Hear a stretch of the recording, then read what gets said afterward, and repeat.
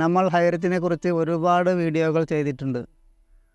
സർക്കാരിനോടും നീതിപീഠത്തിനോടും പറയുകയുണ്ടായി, പോത്തിൻ്റെ ചെവിയിൽ വേദമോതിയിട്ട് എന്ത് കാര്യം എന്ന് പറഞ്ഞ പോലെയായി കാര്യങ്ങൾ. ചില യൂട്യൂബ് ഫോളോവേഴ്സ് ഹൈറിച്ചിൽ പ്രവർത്തിക്കുന്ന സ്ത്രീകളെക്കുറിച്ച് മോശമായ അഭിപ്രായങ്ങൾ പറയുകയുണ്ടായി. പത്രമാധ്യമങ്ങൾ ഹൈറിച്ചിൻ്റെ നിജസ്ഥിതി അറിയാതെയാണ് വാർത്തകൾ പ്രചരിപ്പിക്കുന്നത്. ചില ശത്രുക്കൾ കരുതി കൂട്ടി വളഞ്ഞിട്ട് ആക്രമിക്കുകയാണ്. ജനാധിപത്യ രാജ്യമെന്ന നിലയിൽ ഏതൊരു പൗരനും അഭിപ്രായ സ്വാതന്ത്ര്യമുണ്ടല്ലോ.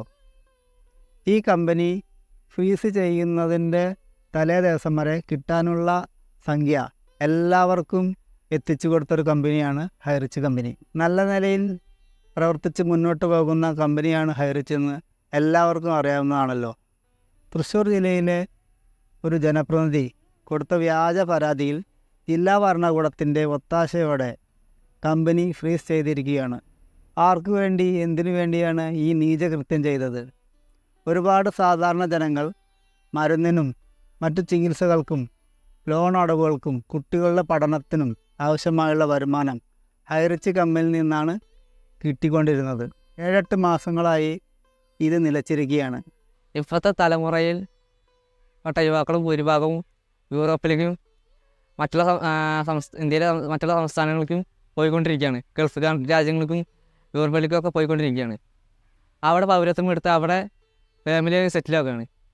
ഇവിടെ കേരളത്തിൽ ഇത് പറഞ്ഞാൽ ഇവിടെ വലിയ വലിയ കമ്പനികൾ തുടങ്ങാനുള്ള അവസരങ്ങൾ കൊടുക്കുന്നുണ്ടെങ്കിൽ അത് എങ്ങനെ അടിച്ചമർത്തുക എന്നാണ് കേരളത്തിലെ ഗവൺമെൻറ് ഉദ്ദേശിക്കുന്നത്. നമ്മുടെ യുവാക്കൾക്ക്, ഇപ്പോഴത്തെ യുവാക്കൾക്ക് ഇവിടെ സ്ഥിരമായൊരു ജോലിയോ അതിനനുസരിച്ചുള്ളൊരു ശമ്പളമോ കിട്ടുന്നില്ല. അത് കാരണമാണ് യുവാക്കൾ ഭൂരിഭാഗവും മറ്റുള്ള രാജ്യങ്ങൾക്കും യൂറോപ്പിലേക്കും പറക്കുന്നത്. അതിനുള്ള ഒരു അവസരം ഗവൺമെൻറ് കൊടുക്കുക. പുതിയ പുതിയ സംരംഭങ്ങളും കമ്പനികളും തുടങ്ങാനുള്ള ഒരു അവസരം ഗവൺമെൻറ് ഇവർക്ക് കൊടുക്കുക.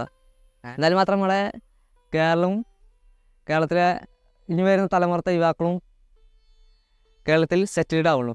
അല്ലെങ്കിൽ ഇതുപോലെ ഇനി കമ്പനികളുടെ അടിച്ചമർത്തുകയാണെങ്കിൽ യുവാക്കൾ ഇവിടുന്ന് പോകുകയും ചെയ്യും. അടുത്ത തലമുറത്തിനും കേരളം ഒരു ഷവർ ഫാർമ് പോലെ കിടക്കും.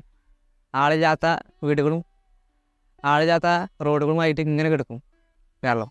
കമ്പനി ഗുണഭോക്താക്കൾ നമ്മൾ സോഷ്യൽ മീഡിയയിൽ മാത്രം പ്രതികരിച്ചാൽ പോരാ, നേരിട്ട് മുന്നോട്ടിറങ്ങണം. തൃശ്ശൂർ സ്വരാജ് റൗണ്ടിൽ കമ്പനിയെ കൈകോർത്ത് ചേർത്ത് പിടിച്ചുകൊണ്ട് മനുഷ്യച്ചങ്ങല തീർത്ത് പ്രതിഷേധ പ്രകടനം നടത്തണമെന്നാണ് എൻ്റെ അഭിപ്രായം.